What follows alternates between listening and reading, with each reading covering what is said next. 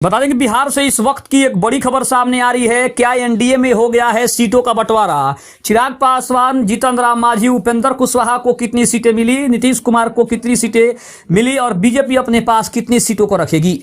नमस्कार, मैं हूं संजीव और आप देख रहे हैं आप तक न्यूज। अगर आप हमारे चैनल पर नए हैं तो चैनल को जरूर सब्सक्राइब कर लें। बता दें कि बिहार विधानसभा चुनाव 2025 को लेकर बड़ी खबर है। एनडीए में क्या हो गया है सीटों का बंटवारा, कौन सी पार्टी को, कौन से दल को कितनी सीटें मिल रही है और आखिर एनडीए अपने पास कितने सीटें रख रहा है। बता दें कि आगामी विधानसभा चुनाव को लेकर इस वक्त की बड़ी खबर है। बिहार में संभावित सीटों का बंटवारा एनडीए के अंदर होते हुआ दिख रहा है, जहां पे ये बताया जा रहा है कि आखिर एनडीए अपने पास कितनी सीटों को रख रहा है और अपने सहयोगी दलों में कितनी सीटों का बंटवारा कर सकता है। बता दें कि बिहार विधानसभा चुनाव 2025 को लेकर एनडीए यानी कि राष्ट्रीय जनतांत्रिक गठबंधन में सीटों के बंटवारे को लेकर कई तरह की खबरें आ रही है। हालांकि मीडिया रिपोर्ट्स और राजनीतिक हलकों में चर्चाएं जरूर चल रही है कि बीजेपी और उसके सहयोगी दलों के बीच अंदर खाने बातचीत काफी आगे बढ़ चुकी है। अगर हम चर्चा में संभावित सीट बंटवारे की बात करें तो भाजपा लगभग 170 से 160 सीटों पर चुनाव लड़ सकती है। वहीं जदयू जो है जनता दल यूनाइटेड यानी 100 से 115 सीटों के बीच चुनाव लड़ सकती है। वहीं अगर हम बात करें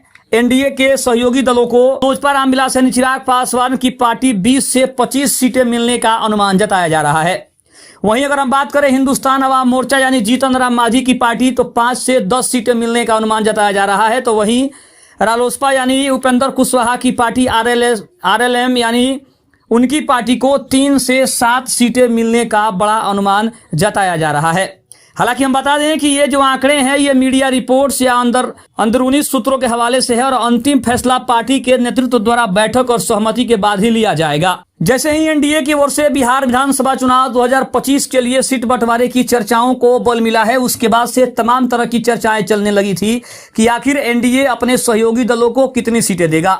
आपको बता दें कि एनडीए बिहार में सबसे बड़ी पार्टी है क्योंकि उसके पास सबसे ज्यादा जनसमर्थन है, सबसे ज्यादा सीटें हैं और इसीलिए एनडीए चाहता है कि अब की बार के चुनाव में वो ज्यादा से ज्यादा सीटों पर चुनाव लड़े ताकि उसे अपने सहयोगी दलों पर निर्भर न रहना पड़े। इसके अलावा अगर हम बात करें तो नीतीश कुमार की पार्टी को वैसे भी 100 से 115 सीटों की उनकी मांग थी और 100 से 115 सीटें उन्हें मिलती हुई भी दिखाई दे रही है। लेकिन सबसे ज्यादा अगर देखा जाए तो झटका चिराग पासवान की पार्टी लोक जनशक्ति पार्टी रामविलास को लगा है, जहां पार्टी ने 40 से 50 सीटों की मांग की लेकिन उसे 20 से 25 सीटें ही मिलती दिखाई दे रही है। तो वहीं उपेंद्र कुशवाहा की पार्टी ने 2 से 4 सीटों की मांग की थी लेकिन उसे 3 से 7 सीटों का एक बड़ा खेप जो है वो मिलता हुआ दिखाई दे रहा है। तो जीतन राम मांझी जो कि 20 से 25 सीटों की मांग कर रहे थे उन्हें 5 से 10 सीटें मिलती हुई दिखाई दे रही है।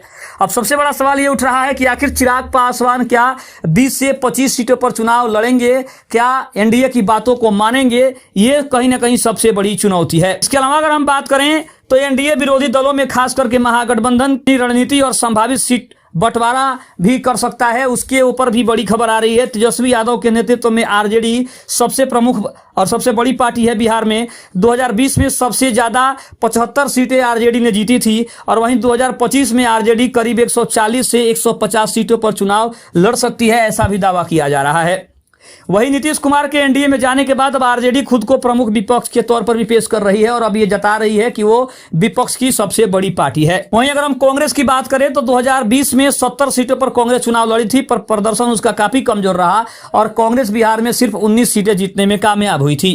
वहीं अगर हम सीपीआई एमएलए और उसके बाद सीपीआई सीपीएम की बात करें तो 2000 में उन्होंने अच्छा प्रदर्शन किया था और सीपीआई एमएलए ने 12 सीटें जीती थी। वहीं इन्हें मिलाकर 15 से 20 सीटें भी महागठबंधन की तरफ से दी जा सकती है। वहीं अगर देखा जाए तो आरजेडी इन दलों को गठबंधन में बनाए रखने की पूरी कोशिश करेगा क्योंकि उनका ग्राउंड लेवल कैडर काफी मजबूत है। दूसरी तरफ अगर हम सबसे बड़ी बात करें तो एआईएमआईएम यानी कि असदुद्दीन ओवैसी की जो पार्टी है और अन्य छोटे दलों को साथ लेकर चलने की जो उसकी मुहिम है वो भी काफी मजबूती के साथ आगे बढ़ने की कोशिश कर रहा है। असदुद्दीन ओवैसी की पार्टी सीमांचल क्षेत्र में काफी सक्रिय है और आरजेडी नहीं चाहेगा कि एमआईएम साथ हो क्योंकि वोट कटने का खतरा सबसे ज्यादा है। लेकिन कुछ नए गठबंधन प्रयोग भी हो सकते हैं, ऐसी भी संभावनाएं जताई जा रही है।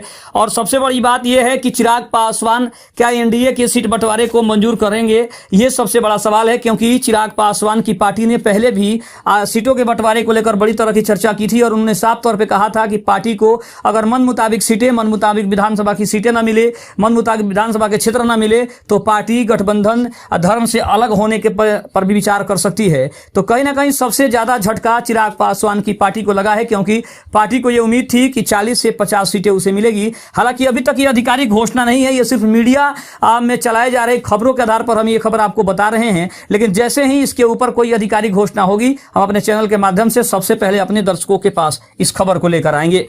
तब तक के लिए धन्यवाद। जय हिंद, जय भारत।